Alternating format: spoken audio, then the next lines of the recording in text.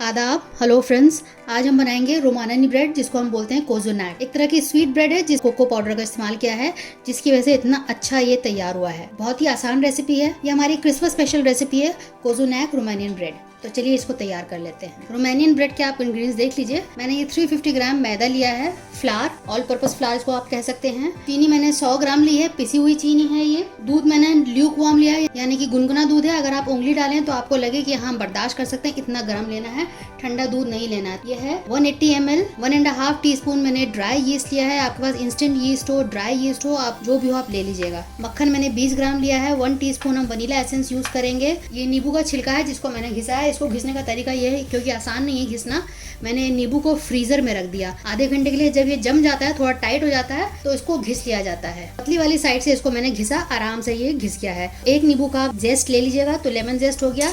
आप इसमें ऑरेंज जो संतरा होता है ऑरेंज, उसका भी जेस्ट ले सकते हैं, उसका छिलका इस तरह से आप कर सकते हैं, या दोनों ही ले सकते हैं। तो ये सारे हमारे इंग्रेडिएंट्स हो गए। तो ये नीम गर्म दूध है ये। इसमें सबसे पहले हम ये यीस्ट डाल देते हैं। इसमें से 1 चम्मच भर के चीनी डाल देते हैं। इसको मिक्स कर लेते हैं।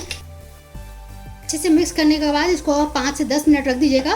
उसके बाद देखेंगे इसमें कुछ झाग से बनने लगेंगे, फ्रॉथ से ऊपर आ जाएगा, तब इसको हम यूज करेंगे। तो 10 मिनट का वेट कर लेते हैं। 3 अंडे की हमने जर्दी ले ली, इसका भी इस्तेमाल करेंगे। अब आप देखें कि 15 मिनट मैंने रखा, उसके बाद देखिए इसमें कितना झाग बन गया है।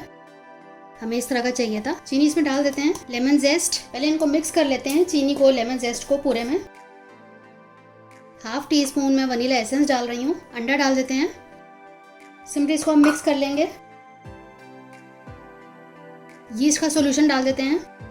यीस्ट का मैंने सारा सॉल्यूशन डाल दिया है और सिंपली इसको हम पूरा इकट्ठा कर लेंगे। सारे इंग्रेडिएंट्स में डाल चुकी हूँ, वनीला, अंडे, यीस्ट सॉल्यूशन पूरा डाल दिया है, चीनी। अब इसको हम हाथ से थोड़ा इकट्ठा करेंगे। ये जो है एक स्टिकी डो की तरह तैयार होगा, बहुत फाइन नहीं होगा, तो कोई घबराने की बात नहीं है। हमें ऐसा ही चाहिए, स्टिकी चाहिए हमें।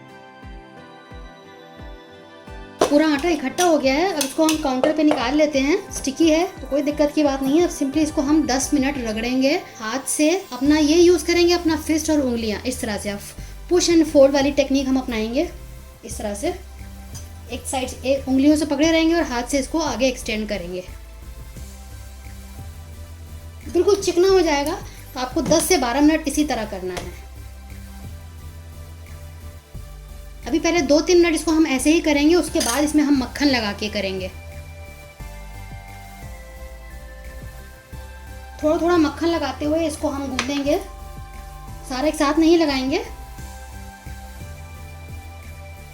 इसी तरह से दोबारा करेंगे, पुश एंड फोल्ड टेक्निक से। और अब वीडियो को मैं फास्ट फॉरवर्ड करके आपको पूरा इसमें लगा के गूंद के तैयार करके आपको मैं दिखाती हूँ। इसी तरह से बस पूरा करना है 10 से 12 मिनट। मैंने 4 बार में लगाया है, 5th टाइम मैं लगा रही हूँ उसको। बस पूरे में इस तरह से फैला के। अब देखिए पहले से कितना चिकना हो गया है। अब इसको 2-3 मिनट और करेंगे। 10 मिनट हो गए मुझे करते हुए, 2 मिनट और करूंगी मैं। इस तरह से चाहिए कि हम दबाएं और ये फौरन वापस आ जाए। इस तरह का डो आपको तैयार करना है। अब देखें कितना इलास्टिसिटी इसमें हो गया है। सेम बोल ले लिया है, इसमें थोड़ा सा हम ऑयल लगाएंगे, उसको चिकना कर लेंगे। हल्का सा ऑयल मैंने ऊपर लगा लिया है ताकि ये ड्राई ना हो। और एक मैं ये ले लेती हूँ शावर कैप, बिल्कुल नया है, फ्रेश है ये। आप क्लिंग फिल्म से भी ढक सकते हैं या किसी प्लेट से भी ढक सकते हैं। और इसका हम इंतजार करते हैं 1 से 1.5 घंटा, जब तक ये डबल नहीं हो जाता। तब तक इसको हमें गर्म जगह पे रखना है, यानी कि कोई वार्म प्लेस पे रखना है। आप इसको माइक्रोवेव में रख दें, ओटीजी में रख दें, जो बंद रहता है, गर्म है, किसी अलमारी में रख दें ताकि ये अच्छे से फूल जाए, डबल हो जाए। तो फिर मैं आपको दिखाती हूँ। अब हम वॉलनट फिलिंग तैयार कर लेते हैं। तो ये मैंने कुछ वॉलनट्स लिए हैं। पाउडर्ड शुगर है, यानी कि पिसी हुई चीनी 2 बड़े चम्मच है, 2 TBSP। और 2 TBSP मैंने ये कोको पाउडर लिया है। और जो एग वाइट था वो मैंने रख लिया है, इसमें से थोड़ा सा निकाल लिया। तो वही 3 अंडों का है जिसकी मैंने जर्दी इस्तेमाल करी थी। तो इसमें से भी थोड़ा सा अलग मैंने निकाल के रख लिया, क्योंकि हमें ऊपर से लगाना होगा। तो मैं एक बोल ले लेती हूँ। तो सबसे पहले इसमें हम ये अंडा डालेंगे, इसको थोड़ा फेंटेंगे, इसमें थोड़े से झाग बन जाए। तो आप देखिए इसमें झाग अच्छे खासे बन गए हैं। इसको एक किनारे कर देते हैं। ये इसको हम ले लेते हैं, वॉलनट्स को पीस लेते हैं। एक ये जिप लॉक बैग ले लिया है, इसमें हम डाल देते हैं। थोड़ा सा इनको तोड़ लेंगे। तो बहुत ज़्यादा पाउडरी नहीं करना है, कोर्सली ही करना है इसको हमें। अब इसमें मैं चीनी डाल देती हूँ, कोको पाउडर, और दोबारा से इसको मिक्स कर लेते हैं। वॉलनट्स डाल देते हैं, मिक्स कर लेंगे और अच्छी से हमारी ये फिलिंग तैयार हो गई है। आप चाहें तो इसमें आलमंड्स भी डाल सकते हैं, बादाम।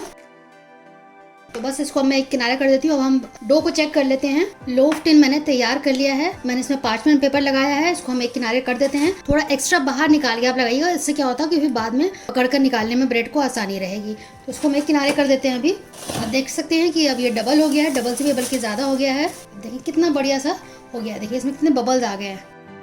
हमें ऐसा ही चाहिए बिल्कुल। थोड़ा इसको फैला लेते हैं। इनको दो को पहले निकाल लेते हैं, हाफ कर लेंगे।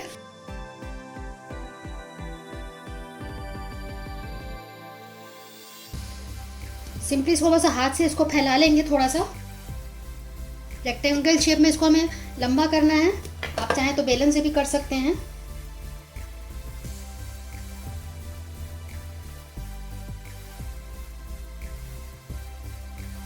तो रफली इसके बराबर हमें बना लेना है। ये जो हमने फिलिंग तैयार की है, आधी इसमें डालेंगे और आधी रोक लेंगे और बीच बीच में बस इसको हम लगाएंगे, किनारों को छोड़ देंगे। ये बचा हुआ अंडा लिया है, इसके किनारों पे लगा लेंगे। अब सिंपली इसको हम मोड़ेंगे, टक कर देंगे, यहाँ से बिल्कुल दबा देंगे।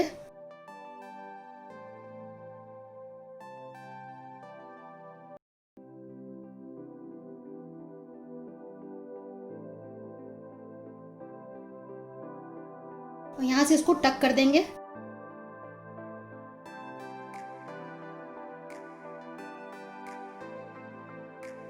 दूसरा भी सेम इसी तरीके से हम इसको तैयार कर लेते हैं। थोड़ा फ्लावर इसमें हम डस्ट करेंगे, इससे क्या होता है कि वो उठाने में आसानी रहती है।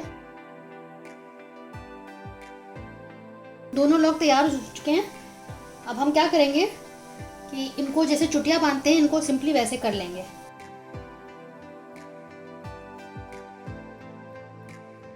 यहाँ किनारों से आपको टक कर लेना है। इस तरह से 3 ब्रेड तैयार हो चुके हैं। अब इसको हम लोफ टिन में रखेंगे। इस तरह से मैंने इसको टिन में रख दिया है। अब इस पे भी हम जो बचा हुआ एग वॉश है वो लगा देते हैं।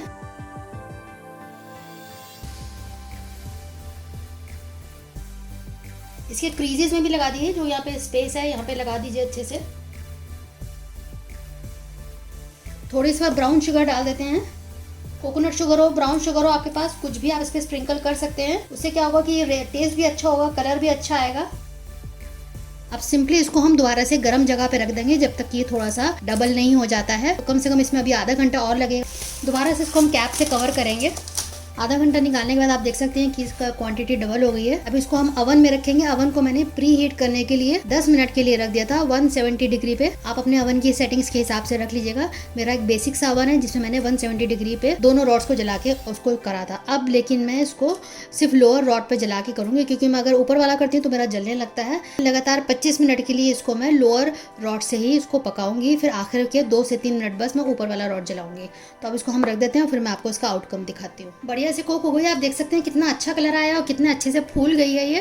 अब इसमें हम क्या करेंगे, थोड़ा सा हम घी या मक्खन आप लगा देंगे। तो उससे क्या है कि ऊपर की जो क्रस्ट होती है ना, हार्ड नहीं होगी, क्योंकि बेकिंग से ऊपर की क्रस्ट थोड़ी सी हार्ड हो जाती है। तो बस इसलिए हम ये थोड़ा सा लगा दे रहे हैं। इस पर हम रखेंगे, इस तरह से निकाल लेंगे। कितना बढ़िया सा बेक हो गया है। इसको मैं निकाल देती हूँ पार्चमेंट पेपर को और डायरेक्ट हम इसी पे रखेंगे।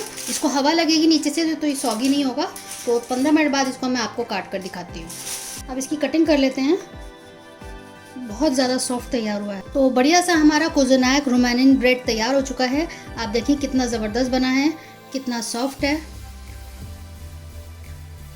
और इसके जो लच्छे देखिए कितने बढ़िया से लच्छे तैयार हुए हैं इसके अंदर, ब्रेड के अंदर। तो आप मेरे तरीके से एक बार ज़रूर तैयार करिएगा। बहुत अच्छा बना है और सबको घर में बहुत पसंद आएगा। क्रिसमस के टाइम पे आप इसको ज़रूर तैयार करें। क्रिसमस स्पेशल रेसिपी है ये। और रेसिपी अच्छी लगे तो शेयर कीजिएगा अपने दोस्तों के साथ, अजीज़ों के साथ। फीडबैक ज़रूर दीजिएगा, हमें आपके फीडबैक का इंतजार रहता है। जब आप एक रेसिपी हमारी ट्राई करते हैं और फीडबैक देते हैं तो जो आने वाले जो फॉलोअर्स और सब्सक्राइबर्स होते हैं वो पढ़ते हैं, तो उनको भी पता चलता है कमेंट्स पढ़ के कि हाँ ये रेसिपी अच्छी है, टेस्टेड है, ट्राइड है, तो वो भी फिर बनाना पसंद करते हैं। तो हम इसीलिए हम कहते हैं कि हमें कमेंट्स आप ज़रूर लिखा करें, फीडबैक ज़रूर दिया करें। चलिए तो अगली बार मिलते हैं किसी नई रेसिपी के साथ। तब तक के लिए शुक्रिया। देखते रहिए शहनाज दस्तरखान।